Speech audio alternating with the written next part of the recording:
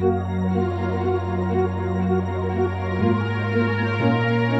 if you didn't already know, DappRadar is the world's leader in dapp analytics and discovery. We track thousands of dapps across more than 30 blockchains, and our portfolio manager lets you manage your crypto and NFT assets all in one place. Something that is probably more timely than ever right now. Also, this Thursday on Twitter Spaces, we'll be having our second community call to talk about our plans for the coming months and years. We have some truly ambitious plans for this year, so make sure to come along, join in, ask questions. It's your opportunity to basically grill us, guys, so, make the most of it. You can find out all the details on our official Twitter, and it's also information on our Discord. So today, I'm super excited to speak to Wendell Adams. He's the CEO of Primelab. I'm going to invite him onto the stage to talk about their project on NIA. So we've already done our sound check. I'm just going to run through what's been happening in the world of dapps this week, and then we're going to let Wendell jump in and get to it. So what's been going on? Crazy stuff this week. I think everybody who's been tuning into the news this week can appreciate how mental it's been over the last kind of 8 to 9 days, possibly a little bit longer. But the biggest news is obviously UST and Terra, which has overshadowed the bear market, which is pretty impressive, I think, to be honest. It doesn't usually happen. So just to give you a little bit of backstory, if you've had your head under a rock, Terra Luna launched and listed on Binance in August 2020, opened at 53 cents.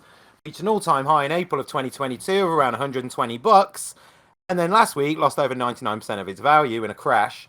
It's actually being likened to like the BitConnect tale, whoever knows about that, and the Theranos scam conducted by Elizabeth Holmes, perhaps a little bit unjustly at this stage. All sorts of conjecture flying around Twitter, people trying to put all the pieces together and figure out what the hell just happened.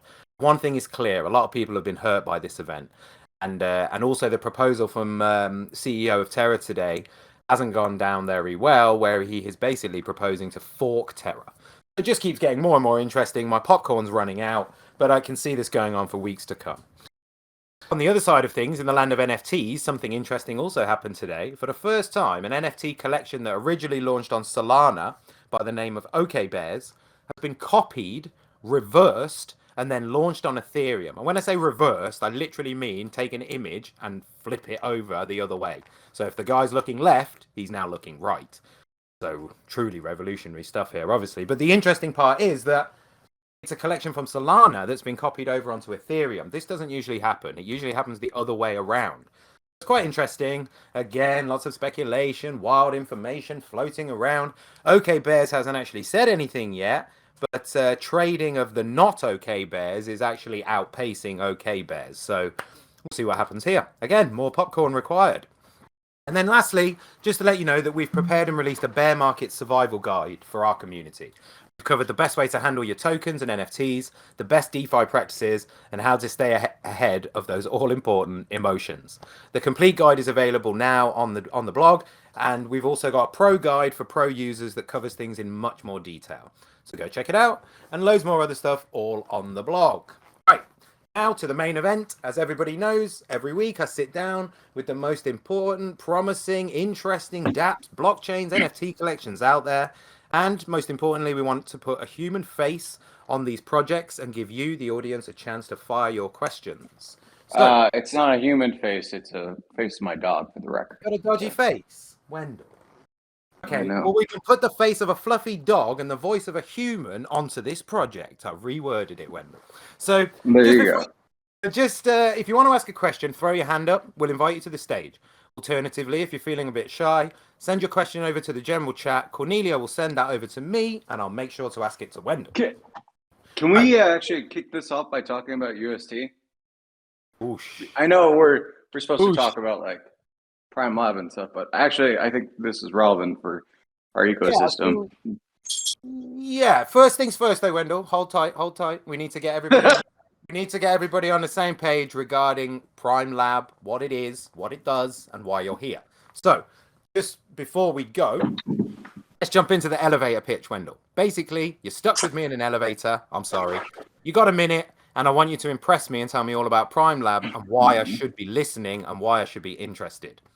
No pressure. Yeah, so Primelab is all about building an ecosystem of experiences. If you think of Web 1 as like information, Web 2 is connection, Web 3 is experiences.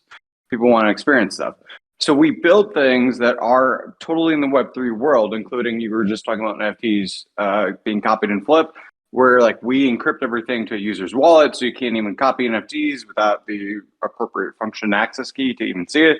So therefore, what we do is we try. Most people only use about 20% of Web3. We use 80% of Web3. So only our front ends are Web2.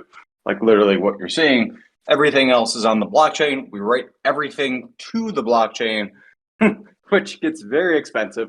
But we do that intentionally so that therefore you actually own everything, including your information and data. Okay, cool. So a lot of the premise of this conversation is going to revolve around the fact that everything's on chain. Sure, I'm going to indulge you. Let's talk UST for a minute then, Wendell. What do you want to say? Yeah, you know what I thought was really interesting about UST is it kind of shows that that price went to $100 because if I take one whatever dollars worth of Luna, go to UST, and then go back and buy Luna again over and over again, it's going to inflate it, and then a margin call is obviously going to crash the crap out of it. So, and we've seen depegging happen quite a lot across the stablecoins, but I think like when you were talking about Solana and where things were going, the thing that I saw is that a lot of these projects kind of turned their back against on like dApps because their investors and stuff dictated to go look at DeFi. And the problem with DeFi is like you start a fund, it prints 20% APY, but eventually you run out of coins unless you're constantly launching new coins on top of it, which doesn't have any kind of inherent value, which is where UST got stuck. Like even Near, right? Near's trying to do USN, terrible idea. Because literally Near doesn't, they have a cap, and if you go to like Decrypt and stuff, it literally states $1 of USN is worth the same value in Near. Like talk about a short target. Like this is happening across the board, whether it be Phantom or anything else. So if you're going to do DeFi, you need to make sure it's actually truly like creating value and not just magically wishing into existence value of tokens on top to then I agree, man. distribute. I think it's been very interesting to see how surprised people, well, yeah, I use the word surprised. I'm sure you and I were not when sort of people started learning more about UST. Obviously, they'd already aped in, but then they started to realize, oh, okay, it's not backed by dollars. It's not backed by a tangible asset. It's backed by crypto. It always surprises me that people come to learn these things after the fact. Like it's obviously going to happen, but it was interesting to see. And then the other thing that you said there, I think Bankman-Fried also had something similar to say about the fact that it was fairly transparent and that Do Kwon wasn't trying to really hide that either. And he was pretty open about the fact that it's backed by cryptocurrencies and that the fluctuations would impact the entire ecosystem. So interesting that they're coming at it from this angle. Interesting about the fork. But yeah, there's a bigger story here, obviously. Well, but, I think he's just trying to like solve the problem here, but because like the bigger issue is like they use Luna and you want to commoditize as much as possible, right? Yeah. It's like what the DAI maker DAO was going about, right? Where it's like, oh, we're going to start selling bonds because we're going to use the U.S. economy. So I remember talking to those guys early days, and yeah, you need some type of commodity to back it. It's not that crypto and algos are bad. It's that literally if you're doing something where you're saying it's one for one, it's a bottleneck like RPC nodes or the blockchain, it's an easy attack vector. Like with the Near's USN, all you have to do is short the crap out of Near until it gets below $1 and the thing implodes. You don't even have to get it that far. So that's it. When the when the market caps are relying on each other like that, it becomes a horrible cycle, really, doesn't it? But anyway, Wendell, let's hop away from this because I'm sure we could talk about it all day. I've been writing about it for like a week and a half now. It's kind of like I said, my popcorn's ran out, man. Like it just keeps going and going. Let's talk about Primelabs, man. That's why we're here today. All right. And Primelabs kind of first popped onto my radar. We spoke a little while ago because you peaked our metrics on DappRadar. So we'll get into that and how everything's on chain and kind of the intricacies of Primelabs. But first of all, man, tell us about yourself, Wendell. How did you end up with Primelabs? What's your background? Are you a crypto native? How did you end up in this crazy blockchain world? I like to say I'm a blockchain native rather than a crypto native because you can have digital assets without a blockchain. So I've been interested in the blockchain since the Great Recession happened. and I've studied it and everything else. I have patents that date back all the way to 2013 where they were granted, but they actually date back farther because patent pending and stuff in the blockchain space. And kind of my expertise is going to market, is knowing products, launching products, and everything else. So, I have a decade of experience in Silicon Valley working, and likewise, just moved to San Diego actually. But yeah, it's I've always been very interested in what the problems blockchain solves. So as a whole, from a ledger system, and the technologies you can build on top of it, in which we talk about crypto, but there's a lot of other technologies that you can do with the blockchain that I find fascinating. Like you can have cause and effect reactions, a lot of stuff, which is important for dApps actually. Most of the time, dApps are underusing the blockchain as a whole. They're just using it for writes rather than reads, which is actually much harder. I mean, DappRadar does an amazing job of not to toot your guys' own horn, but like you guys do a better job of indexing projects than most of the time the projects themselves. So like I've had converse, I know, like it's too easy.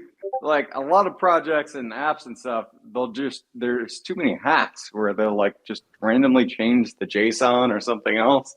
Yep. So I always appreciate you guys actually going through the effort of like really indexing the information and making sure it's valid, because there is so many hacks.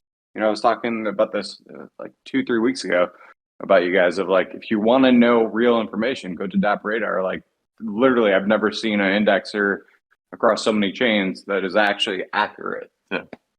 Try really hard to keep that in its position, and it is very difficult, obviously, with thousands of dApps and thousands of developers sitting underneath them who also, like you say, they make a few changes here and there. They don't update what they've done on DappRadar, and all of a sudden our metrics are flying all over the place. It is an ongoing, I'm going to call it ongoing fun, Wendell. It is. It's fun and it's challenging, but yeah, thank you, man. That's a nice compliment. Okay, cool. So you are a blockchain native. You've been in this game a long time, and as you said, you've been in the San Diego area. So thinking now about the kind of networking and connections that you've got. You've been in this game a while, right? So is there any other projects that you want to talk about just briefly that you've been involved in? Any successes or fails or anything like that, man? I mean, I've been a part of both, be it like, doc, or I remember Filecoin early days, Okay. where they were trying to even figure out like how to actually build the network, literally reaching out to every single freelancer and stuff just to like grab it and then update. And they still do that quite a bit, actually. Quick, get people who know things. Yes, exactly. I mean, the interesting thing about individual projects and stuff is that they just don't. To be an expert in blockchain, you actually just need like, I don't know, 3 months worth of information and to dive in. But blockchain itself, like it's always like this always fascinates me of like projects oftentimes curtail themselves into like one individual thing, like proof of stake, proof of work, proof of whatever. And it's like you can have multiple proofs and multiple types, but you have to build an ecosystem that can actually grow. But because so many people are afraid of security laws, like people always hate like XRP, Ripple, but Ripple actually like the token. I mean, I think that the SEC is going to lose that just because they said the token was a security. If anything, you would say the token contract was actually a security because that was proof of value on the contract, not the token itself. But like you can be centralized and release things like, but so many projects like to just generate tokens and dump them. So it ends up being highly problematic because you're not generating value at all as you go through it. So anyways, sorry. I've been in this game a very long time, so I've seen I know what you're everything like, Wendell. I've spoken to you before. No, I like the way you come at things, though, man, because you do have a lot of interesting listen, because a lot of people just stick with the hardline facts, and I'm not like that either. I like to dig around and see what's really going on. So it's interesting, man. So don't worry about it. It's cool. Carry on. Yeah. So a lot of these projects as a whole, they're not creating value. So like if you want a truly stable coin, like think about this, like the US dollar inflates, so its value is not consistent. You have to create marketplaces of value. So a lot of the token projects versus like BTC, like Bitcoin actually creates value, proof of work, but it's actually a storage of value. even your Ethereum creates value now. Bitcoin being a commodity in which you could trade, and gold. Ethereum being a network for smart contracts that is trusted and interoperable. But like everything else on top of it, once when we came out of the last bear market and started the next bull market, it was really Compound that really showed how you could take $1 and then make it look like 100 and drive value. So everyone kind of jumped on that and really got away from their morals of like, hey, let's build true Web3. And I think that really killed a lot of things as a result. I think we're going to go back to it because I think UST is on unraveling of this DeFi as we know it today. I think true DeFi will come. I think it'll be like 5 years. I think Web3 will be here within the next 3. But that true DeFi will take about 5 years to recover from this. So is it safe to say, Wendell, that the kind of origins for the ideas that you've got come from a place where you think that, like as you just said, that dApps have been a little bit untrue to their heritage, as it were, and they've kind of stepped away from what it was they probably set out to do at the beginning, but it was, kind of inevitable because everybody's chasing market share and users, right? So you think it will come full circle, which I believe is kind of what Primelabs is all about. So where did the idea originate for Primelabs? Is it from this ethic that you've got inside you? Is it? No, actually, it's the the former CEO of Near, Eric. I like impossible things, so literally we have a rule inside the company, a silent rule, which is if you say something's impossible, that's literally what we're going to go do next. So and then they put it on your desk, right?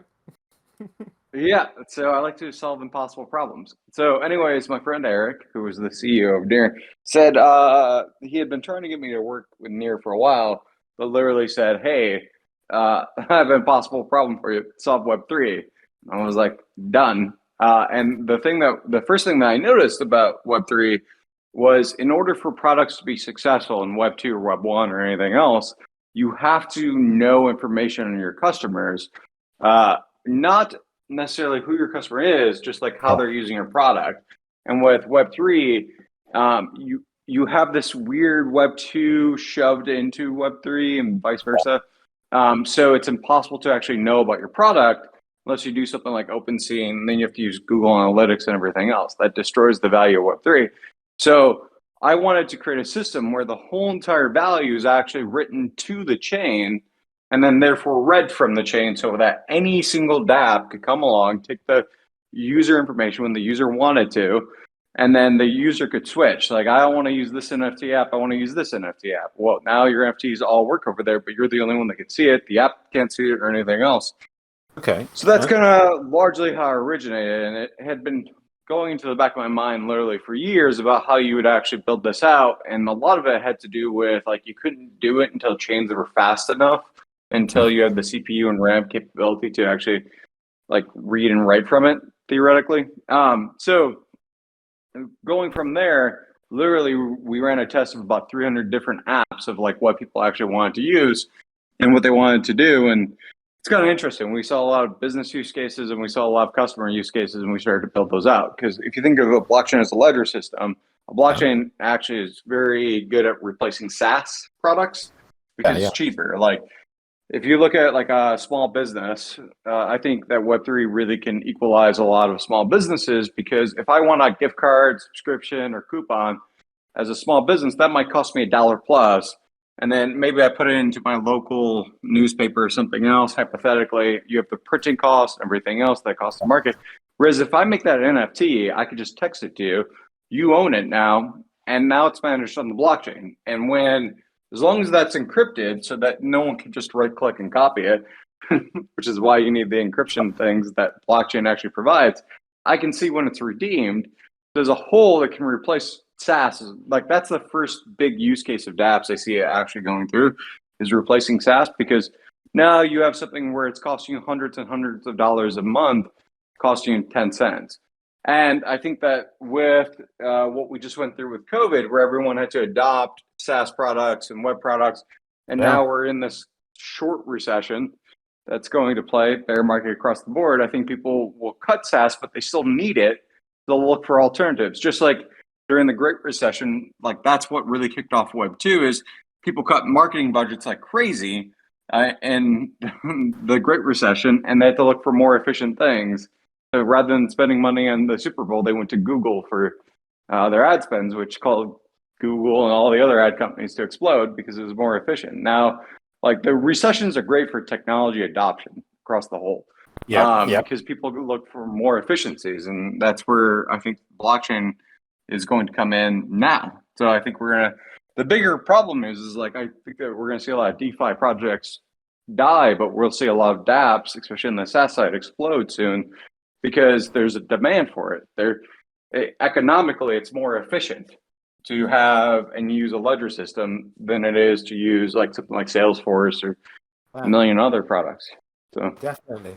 I remember having a conversation with someone quite a while, about 3 years ago, about the basic premise of the ledger.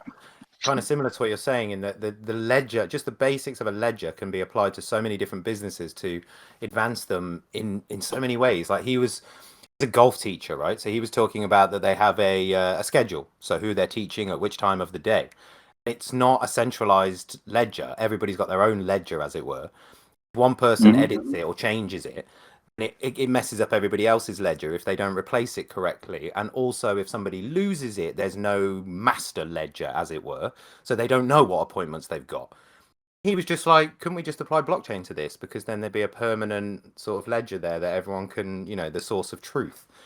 And it always just seemed too basic. And we were like, these are like the obvious things you can do with blockchain. Why is nobody trying to do this? But as you rightly say, now it feels like a moment when budgets get tightened, people look elsewhere. And I think it's fascinating with the thing that you said about the vouchers, like ticketing, NFT ticketing and things. It cuts down on paper, it cuts down on wastage. There's all sorts of applications. Do you think we're going to see this?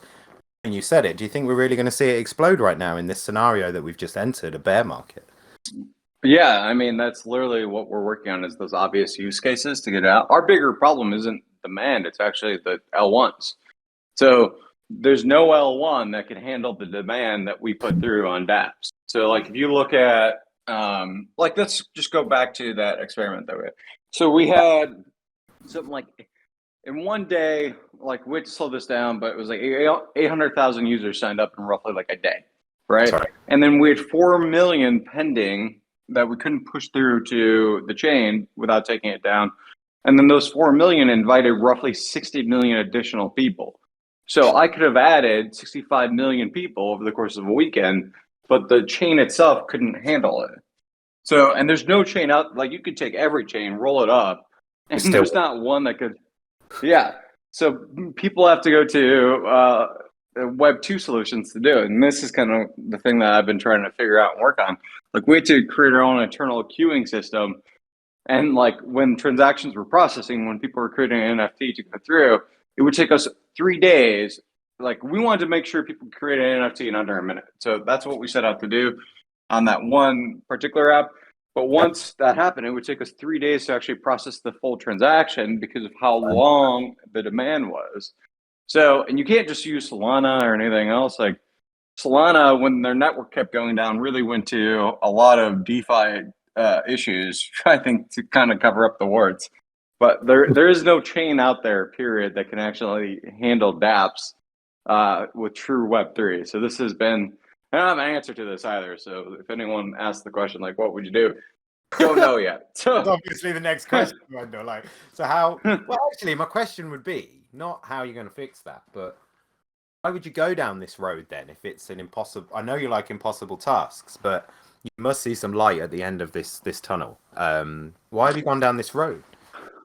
So if you want Web3 to truly exist, to be efficient, where people actually own their data, and like we look at the consumer side of this, of you owning your data, but there's another side of this, which is small businesses, and you have the gap that's getting created, right? Rich and poor. The reason why that happens is if you look at like marketing and ad systems for Google and Facebook, they own your user persona. They want you to exist in there. If you have a business, they want it on Facebook, they want you to buy, they want everything to exist in that space, right? As a business owner. So you have influencers that come and they go and everything else where it's just follows and stuff, but it's not creating real economic value. Web3 wants to be all about experiences and creating real economic value.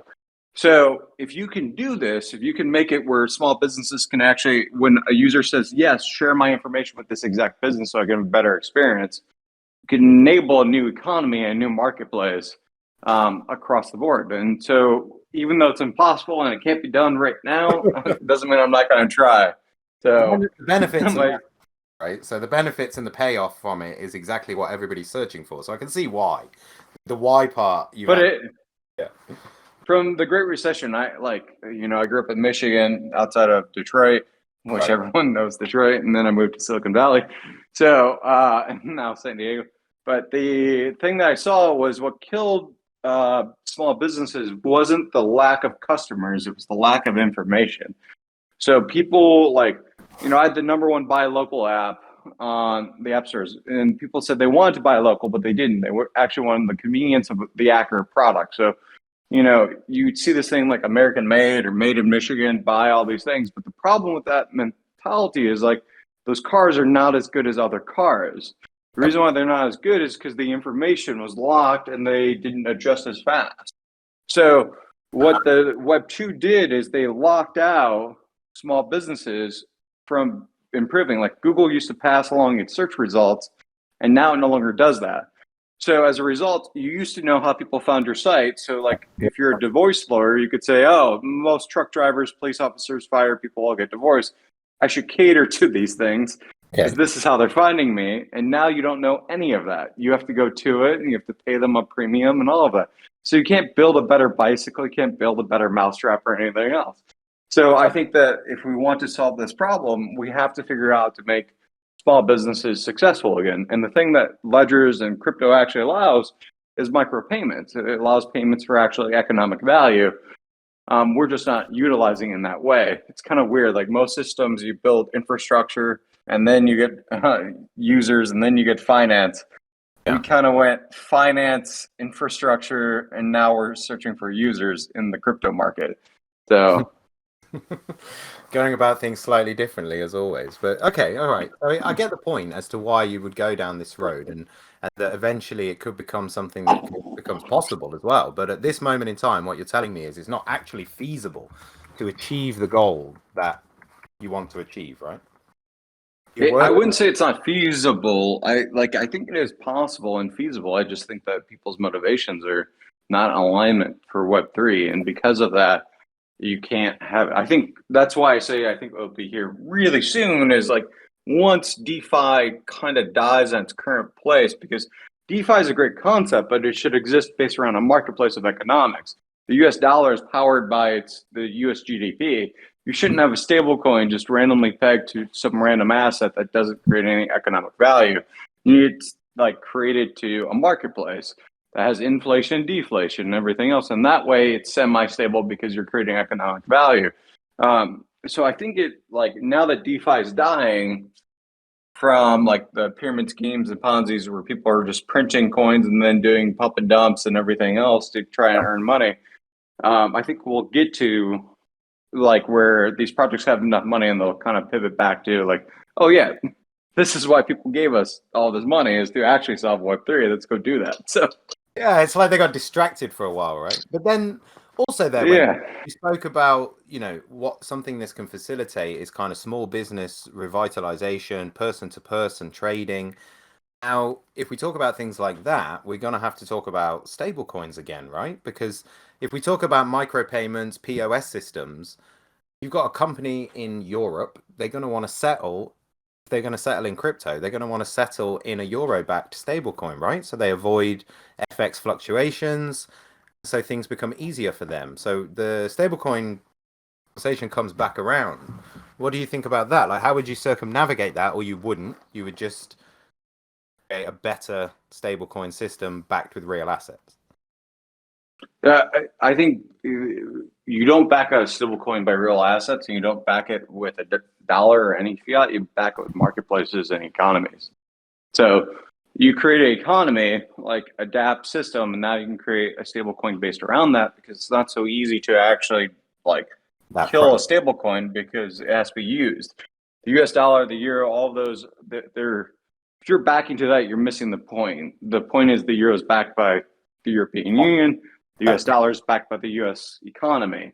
Like we just invented the dollar as a way to transact, and we are saying it has value because the US economy and marketplace does. So if you create an economy and marketplace in your system, then you can create a stable coin that is actually like theoretically more valuable. If you think about the trade arrangements between the EU and the US, you had a stable coin that was representative of that economy as a whole. You now have a system that's actually stronger than the dollar or the euro. That makes a lot of sense, actually, Wendell. Why is nobody doing this then? Is it just the evolution that we're waiting for? It's tough because it requires actual demand. Like I'm one of those people. My co-founder Ross likes to say, like, I carry like investors and stuff will say, "Oh, Wendell, you carry a big stick but talk softly," and Ross goes, "No, he talks quite loudly. He just carries an even bigger stick that says results on the side." So, pretty nice compliment, right? Okay, all right. Yeah. So what the premise of everything here is keeping everything on chain. And then at the beginning, we also mentioned that the cost required in doing this is super high. So again, I've got to ask you, why? If the costs are so high and it wouldn't actually be possible, you're just saying it's not possible right now, but that we have some work to do. Yeah. And what you were just saying about like, why keep trying, why keep doing this?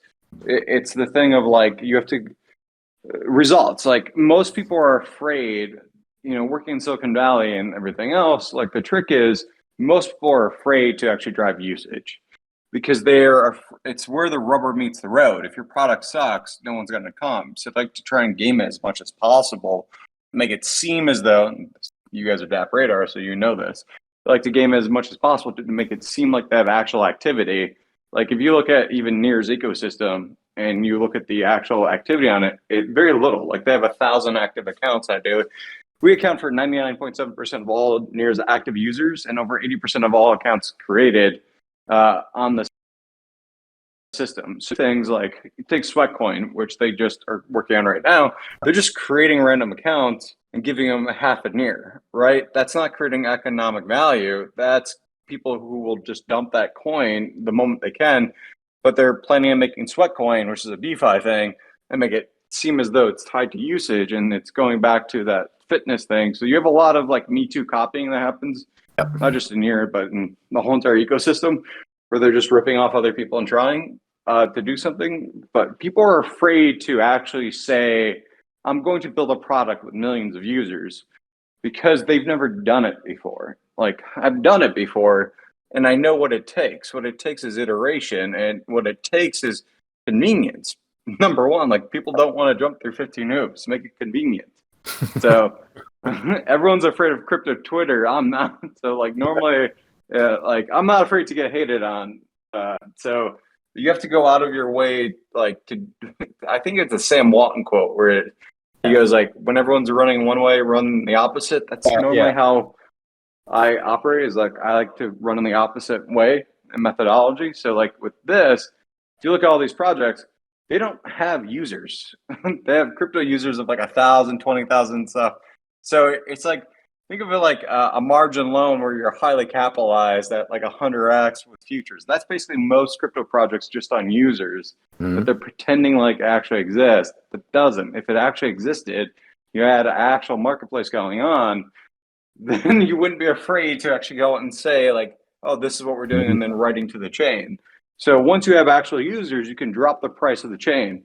Like for instance, take Near, like the gas is pegged. This is also why I think proof of stake is a huge mistake as a whole right now, because you have like Jack Dorsey, which says you don't own Web3, investors do.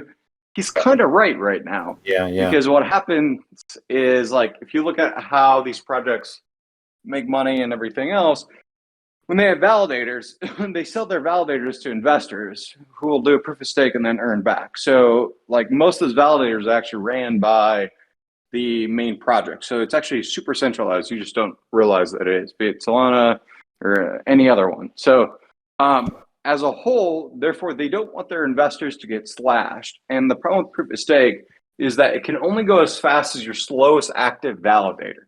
Yep. So in every epoch. And there's not an incentive to actually increase your speed because there's normally right now, because there's not a ton of usage, people want their gas fees to be as low as possible, so they cap the gas fees, like the individual gas. So therefore, they could say low gas fees, everything else, right? So the only way for validators to make more money is to actually create a slower and slower system for processing, so gas fees can keep rising based around the time it takes to process. So you have weird economies going on right now where they're incentivized to have a slower and slower network, but low gas fees. So they can say like, we're cheaper than Ethereum, but are like, and the blockchain TPS could be 1,000, but the thing is they limit it based on like RPC nodes. Yeah. Which RPC nodes are super dumb. I don't know. Like the reason why people use RPC nodes is basically everyone wanted to copy Ethereum to get more people over it because that's where the marketplace was. Mm-hmm. But it only has a 97% of like efficiency. So if you're writing the blockchain, you're losing 3% of your transactions, and you won't even know that you've lost those unless you have an indexer to read from it to tell you that, which means you have to wait for that. And then on a proof of stake system, you have to connect to the main node.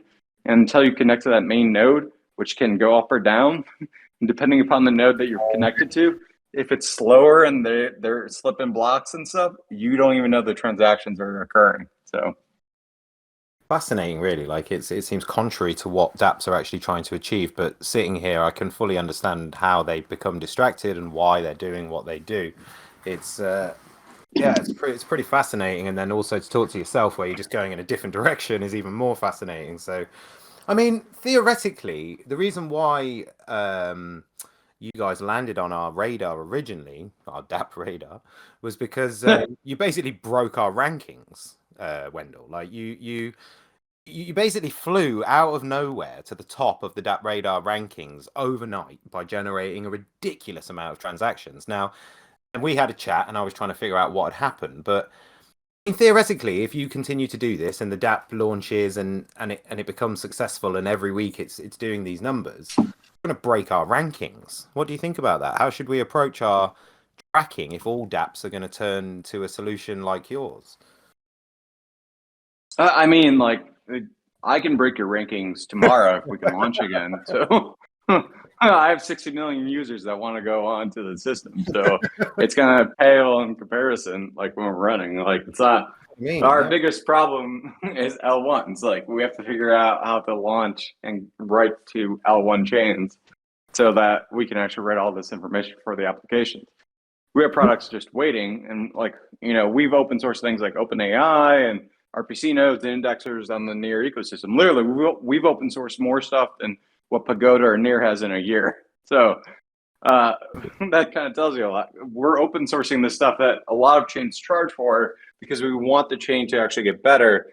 But going back to your question of like, we're like primarily about, you know, how do you keep approaching it? Our goal is to keep open sourcing it. So yes, we might get 60 million users, but hopefully the next app also gets 60 million users. So rather than talking about things in tens of thousands, we're talking about them in millions of users on Web 2. You have to prove it's possible. Once you prove it possible, we're hoping for copycats that literally rip us off.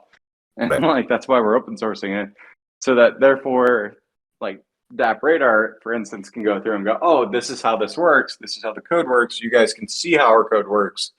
And you could actually integrate it and go, oh, they're using this app over here or this app here because it's a ton of ecosystems. So you can see how they're using it. And then it helps it be more honest. Like, they're not just using this app, they're using this file system and this app. So you guys can get more and more enriched information about how Web3 is being used. That's a good point. That's a very good point. You can get more nuanced levels of information. And then, okay, right, Wendell, I need to list, we've got 20 minutes left, and I really want to break into the idea of Primelabs being... We had a bit of a joke after the call, and I remember I said it was like Inception. It was like a DApp inside a DApp inside a DApp. And I know. And that's also our call always runs long too, because we always end up on these tangents. So right, so if you've got a DApp inside a DApp inside a DApp, and as you just said, you've got plenty of ideas and projects lined up ready to roll. So I need to word this correctly. If you've got, let's say, 100 dApps inside one DApp, how do you advertise the features of each individual service through the kind of overarching main DApp? Makes sense. Well, so I think actually DappRadar tracks this stuff a little bit incorrectly, but they're forced to. So you guys are tracking stuff based around like one project, right?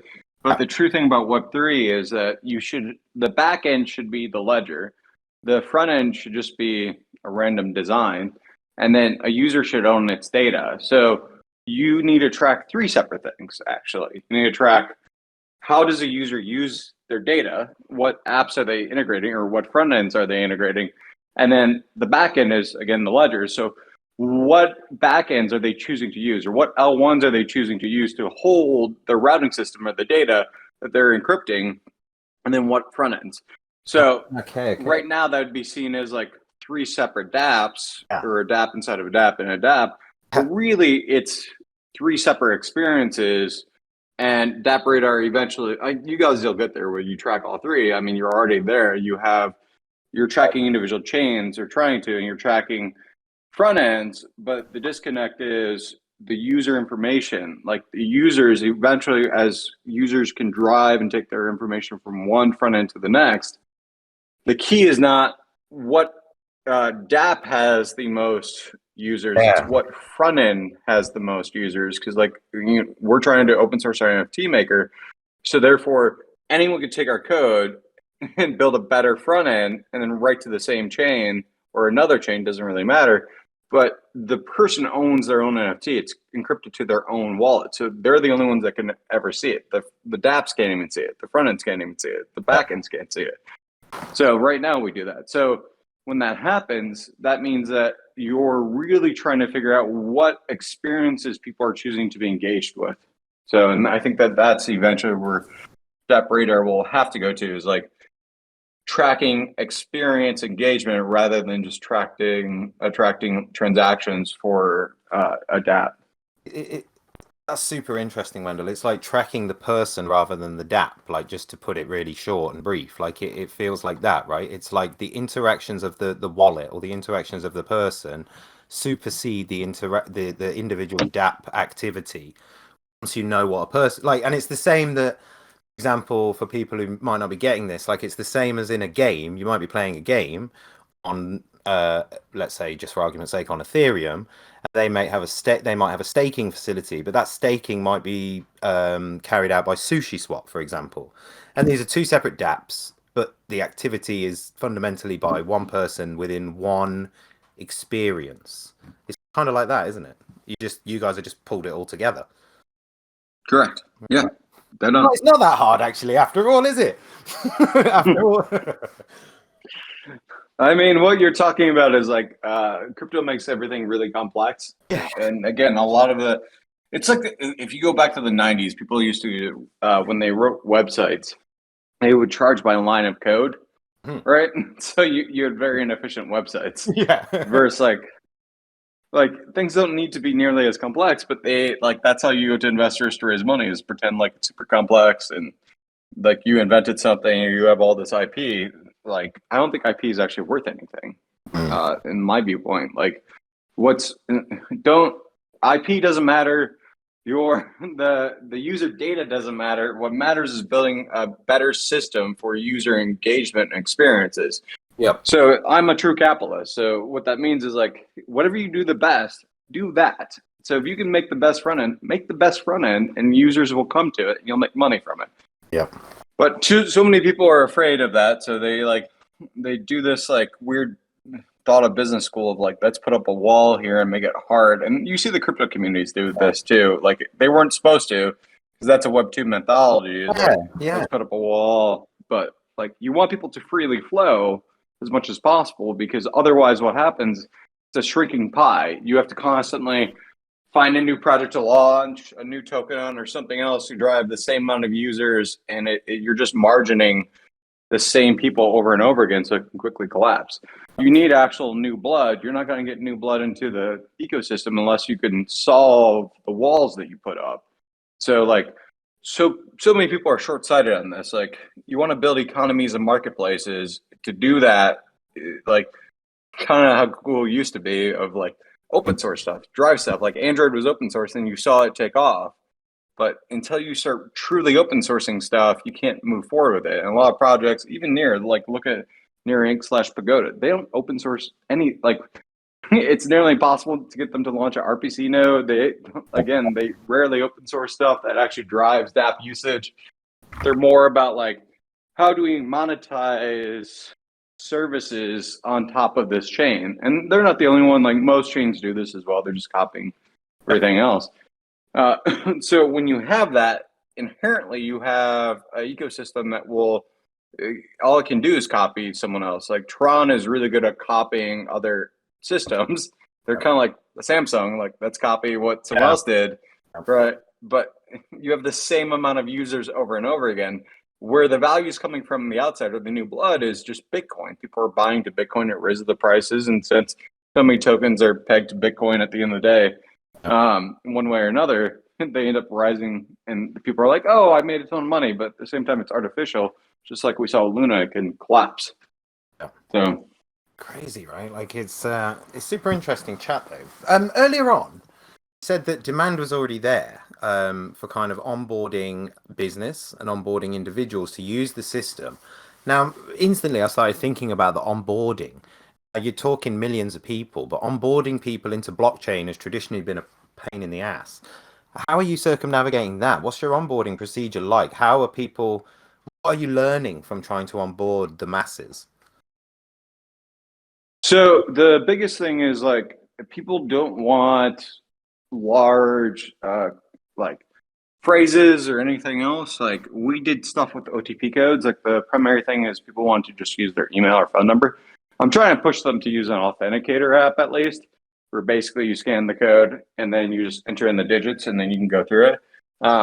But like right now, we're kind of doing this weird thing, not us, just in the ecosystem, where, like, when you have a wallet, you have to restore the whole wallet, communicates to the blockchain, restores your full assets. You actually don't need all of that.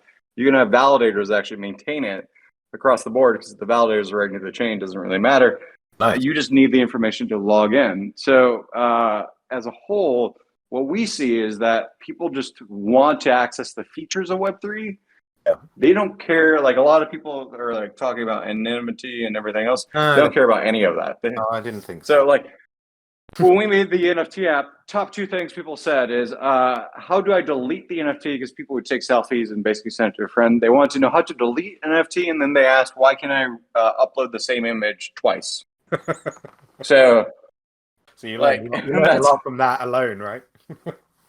Yeah, like, the features of NFT, the true features, isn't just artwork. If it's artwork, I think Ethereum is actually the best network to hold inherent value of things like artwork and stuff, and people should just use that versus Solana or everything else. If you have a more high-speed chain like Solana, which is supposed to be faster, but that's manipulative, because every time they send a message to a validator, they count it as a transaction. Anyways, won't go down there. But those things you can do, like NFT coupon subscriptions and stuff, and have unique properties. That's why I say those can replace SaaS, because you can't have, if you're targeting the enterprise, you need fast, efficient, and private stuff, right? So that this way it can be transacted back and forth. NFTs have a huge use case. It's kind of funny because NFTs got really big, like, in the community right around the last bear market. So it seems like whenever they start getting big, a bear market comes on. Right. I noticed. That's true. That is absolutely true. Yeah. I was like, oh, this is really cool tech. Like, it's actually a use case. And then bear market came on. And now we're at the next one in bear market. So absolutely perfect cycle, really, isn't it? Okay, so yeah, as onboardings go, so it makes a lot of sense to me, because I'm personally quite interested in projects that go after local markets and try to connect buyers and sellers. I think it's going to be a big area of business for blockchain. And but what's to earlier on as well, we were saying about, and you've said this a couple of times, about Facebook and Google, about at the beginning how they were quite nice, should I say? It's just an easy word to sum it up. They were quite nice to their customers and people, and they were quite they were just giving things out for free. They were like, hey, yeah, we've got all the information, come and take it, use it, leverage it, great. 2 years down the line, then it started to become paid information and monopolized information. So using my critical brain here, I'm going to ask you a question.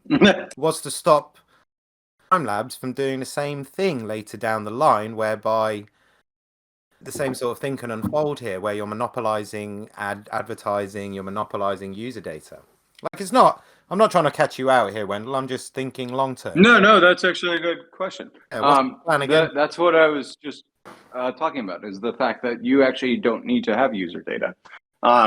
So the user actually has all their data. I don't need to have user data to do advertising, marketing, or anything else. Yeah. And when you make it where the user has its data and can move on, what you're trying to monetize is actually the experience itself. I can build a better experience. And the interesting thing, when we ran testing around like 300 plus apps to go through, like the fourth or fifth most asked for feature was actually like relevant ads across the board. Okay. So where people could opt into it. So that means people want to support it doesn't necessarily have to be ads, but people want to support projects that they're interested into. And when it is ads and they're getting a feature for free, they just want to make sure it's relevant, right? So that means a user can actually decide what's relevant for them and then see the things that they choose to when they're on experiences that choose to be monetized through the ad system. That's empowering a marketplace. Yeah. And by doing so, you have a more efficient marketplace. This is actually why people don't want to do this. Because when you have a more efficient marketplace, you can do something called a CPA, cost per action, where you're charging the end user, not the advertiser or the experience, but the actual business action charge, like $1, $10, something else. Google makes its money through CPCs, and Facebook kind of makes it through CPEs, cost per engagement and cost per click. And how they do this is if you think of the BBC or anything else, take the New York Times hypothetically. So you have something called CPMs, where it was like 1,000 impressions per, and they would charge $50 per 1,000 impressions, right? Okay. Well, Google comes along and says, I will pay you $100 per 1,000 impressions. Just put my ad code in there. They put their ad code in there, and it looks great because they're making $100 per. But what slowly starts to happen is Google goes, the ads I'm showing to my end user, based around all the data I've now monopolized, I only need to show 100 ads because only 100 ads will get clicks. Yeah.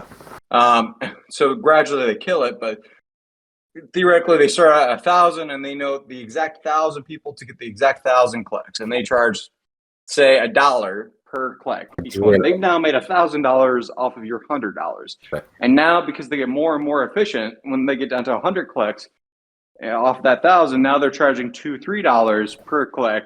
But you're not getting a fill rate of 1,000. You're getting a fill rate of 100. So instead of making your $100, now you're making $10 because you can't fill the whole entire ad part. So as a result, gradually, and this is what Facebook did. Eventually, you just kill off the news itself, where the news exists in your platform, and you don't have to pay per CPM at all, because all the information is going to there in your own system. People are trapped within your ecosystem, and therefore you don't have to worry about CPMs at all. Right. So if you want to kill Google and Facebook, you have to kill their ad methodology, which is make a more efficient ad, CPAs. And the problem is, once you do that, it's not a $1 trillion business to have a CPA system. It's millions of dollars because it's a more efficient business. So if it's ironic because I have a marketing degree as well, but I really want to kill marketing. So yeah, I'm listening to it. I'm thinking, but it's how. Go on. Sorry, Wendell. Carry on. I'll say what I was going to say in a minute. No, you could say it. I'm just thinking, the way that Google has gone about their business was kind of, for the people who look at the way the world works, it was fairly obvious what they were going to do, and they squeezed it, and they've squeezed it so hard that they're now monopolizing it. In this system, it feels, a lot of people say, I find it really bad the way that I'm tracked all over the internet, and you've got your, there's two sides to it. Whereas some people say, and I'm not sure where I sit yet, some people say, I'm okay with ads. I just want them to be relevant to me. They're accepting that this is a world we live in where you're going to get pumped with adverts, but at least if you're going to get pumped, let's see something I want to see. So that makes a lot of sense to me and seems to be the way we're going to head, but perhaps not. What you just said are actually two conflicting ideas. So you don't need to be tracked at all. That's my point, is I don't need to track you at all. I can look at just the things that you've committed to the blockchain and figure out what you might be interested in. Based around activities. The trick is actually you have zero ads. You see nothing I may know what you do, but I can't show what you do unless you're choosing for me to do it. Because the truth is there's no value in CPCs or CPMs. There's only value in CPAs, cost per action, when the user chooses to take an action. A user is not going to choose to take an action if you're showing them something that they don't want inherently. And where you're talking about like Google squeezing, the thing about how Silicon Valley works is it undercuts everyone else. Yeah. The US did this with corn, following the 80-20 rule, kind of. Yeah. Basically, Silicon Valley believes that only two platforms can ever exist. So Uber and Lyft, whatever it is, Uber would go out. Like Uber used to go out and give you $20, $50 in markets with zero drivers, and they would talk about everyone that signed up, but not talk about the actual usage. Right. So it looked like they were. It looked like they had all these users and that they were creating all this demand. It's a lot of what like token economics do too. It's like, oh, we have all these users, but they're not really. There's nothing for them to do. They can't take a ride or anything. So, but like as a result, Google tracks you, so that therefore they can get you to click on something. Facebook tracks you, so that therefore they can engage with you. And this is why you get so much misinformation, because Facebook doesn't want you. Their goal is to keep you on their platform and to engage with the content. People engage the most with hate and misinformation. So economically, it drives it continually. And you kind of have this thing where, like, if you build a better CPA, when the recession comes, just like it came last time, people will flood into the next economic system, right? That's how Google and Facebook took off last time. That's right. Yeah, that's right. That's a good point. So, like, you build this system, it's not going to take off right away. You need a recession to come along where people drive for efficiency, because you have to have an impetus for them to change their behavior. So, and then if you have, and really an ad system is just an order book. Like, we have the economics built in, like token economics are great for advertising and marketing. This is just an order book for bidding. But you can do things that you can't do in other spaces. You can actually make it where the front end, like if I'm a front end app, I can say I can review my own ads. Say I only want these types of ads to be shown, period, to my users. And then only users that say I want something relevant for shoes, if I've said I am okay with these shoe people, you need an exact match, which is all encrypted. So like the advertiser doesn't know anything has actually occurred. It's all encrypted on the data. That, oh, it's a shoe type, it's getting shown in this person. So therefore, they know nothing about you whatsoever. You just chose a category that was encrypted and signed to the chain, and that category is then decrypted and is capable for you to actually see. And then you know something actually occurred, because when you actually engaged with it or took the action, it was written to the blockchain, and then therefore it automatically occurs where payouts and everything else happens. Yeah. It's interesting, isn't it? Because in the old system, it was like a game of collect as much data as possible and then use the bits that we think are useful. In this system that we're discussing and the future system that we hope is going to roll out, it's like, let me keep all my data and I'll tell you what I think you need to know. It's like a need to know basis thing, isn't it? It's a complete switch up of how it's been done in the past. And I think it's super interesting. Right, Wendell, we're getting to the end. I just want to ask you one other thing. It's not only a need to know, it's a like, here's your need to know. But it's also state change management. Yeah. Like, you don't know this about me forever. You know this about me in the time I'm choosing for you to know this. And you don't even know it's me. It's this account ID that chose to do it. And now it's changed and you can't even know it's that account ID. So what that allows is for you to build better and better products. Because you're getting that information from your users. And at the same time, your users are supporting you. So you're getting a true community. Nice. But anyways, keep going. Oh man, we're right at the end now, Wendell. So what I wanted to do is so what we've discussed here about Primelab, because some people might be quite confused, thinking, are they talking about a project that's real? What we're talking about is a project that is real and is in existence and is rolling, but perhaps not at a stage where, you know, we're not tracking it on a daily basis. We're not looking at it from that perspective right now. It's a bigger picture here with this. So Wendell, is there anything, what's happening with Primelab this year, Q3, Q4? What should people be looking out for? Any comms that we should be looking out for? Any launches of anything interesting? Tell us what to look out for, man, and where. Well, we actually launched, if you go through to my Web3 Cloud, we launched a encrypted file system, which is kind of it's an alpha stage. So basically, we recruited Microsoft Office and everything else all the way through with it. it's encrypted to someone's private wallet. So any file that you upload or anything else is always encrypted. And we kind of flipped again on the head, because in Web 2, it's very expensive to be private. It's very cheap to be public. Yeah. In our system, it's very cheap to be private. It's very expensive to be public.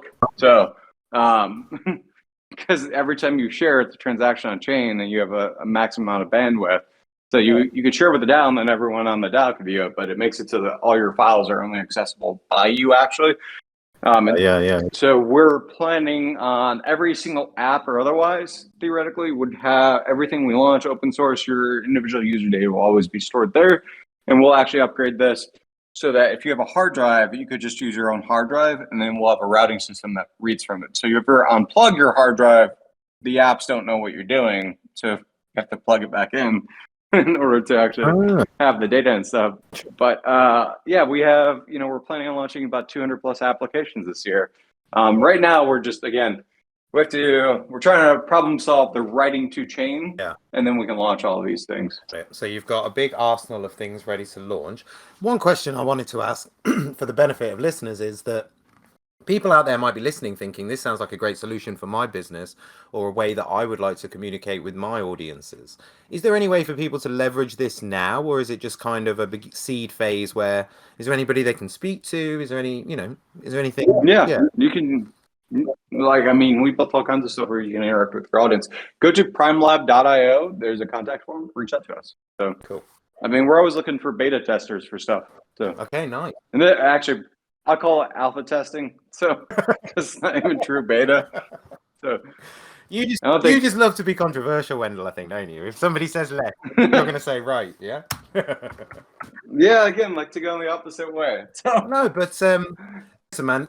First of all, I want to thank you for joining me on the podcast today. It's been a pleasure to talk to you again about this, and I think we're going to talk more and we're going to hear more about these systems. But for the kind of key takeaways from this is to keep your eyes open, and for the audience, keep your eyes open, keep your ears open as to what's going on here. We talked about some new trends that could emerge during this recession bear market, and yeah, it's good information. So keep your ears open, and I hope you all learned something today. Wendell, I want to thank you again for your time, my man. Thank you very much for attending and articulating all your answers so well, as I knew that you would. Is there anything else you want to get off your chest? Keep it civilized. No. So, anti-climax, Wendell. Anti-climax. We could talk forever. I could talk forever about how to build efficient validators, and this is it. This is it. These are the conversations, though. These are the conversations that are truly fascinating, and I think there's a time and a place for them, and we will find those times and places, Wendell. I'm sure, man. Yeah, it's been a pleasure. It's been a pleasure, sir. Thank you very much for attending, and I hope everyone in the audience learned something today. Oof, right, I've got more admin to do, Wendell, so I'm going to thank you and just wrap everything up, all right? You're more than free to bail out if you've got a busy day, or you can hang around and listen to my spiel. Do you want to thank everybody from your side? Yeah, thank you for everyone on here. I do have to jump. I have actually a blockchain meeting for architecture. More impossible things. If anyone has any... literally, how do you combine CPU, GPU techniques so you can render front end, stuff like that. So anyways, if anyone has any questions or anything else, I always like to help people. So feel free to reach out. So. Thank you very much, Wendell. Reach out to him. Discord, Twitter, what's your best way of communication?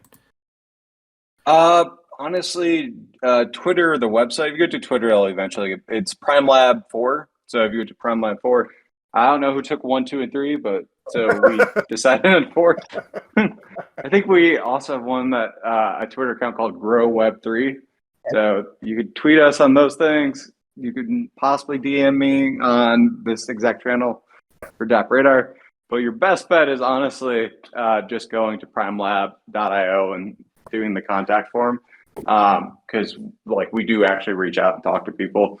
We have a dedicated group of people. So. Nice. Good to hear, mate. It's not just a false email. All right, perfect, guys. So you heard it here. Reach out via those channels is the best channels. We'll put all of this into our Discord chat as well. So Me, thank you very much for listening. Wendell, thanks again. I just want to remind everybody that on Thursday we've got our second community call. We're doing it over on Twitter Spaces. So last time we did it on Discord, we had a complete fail, and we just don't trust the platform for this kind of event, basically. So we're moving over to Twitter Spaces for this one. So you'll find all the info, the links, everything on our Twitter. If you don't know by now, it's DappRadar Twitter/DappRadar. Have a look, see what you can find, and if you get stuck, just message into our general chat and we'll send you the link. Thanks for listening, guys. It's been a pleasure, and I'll see y'all very soon.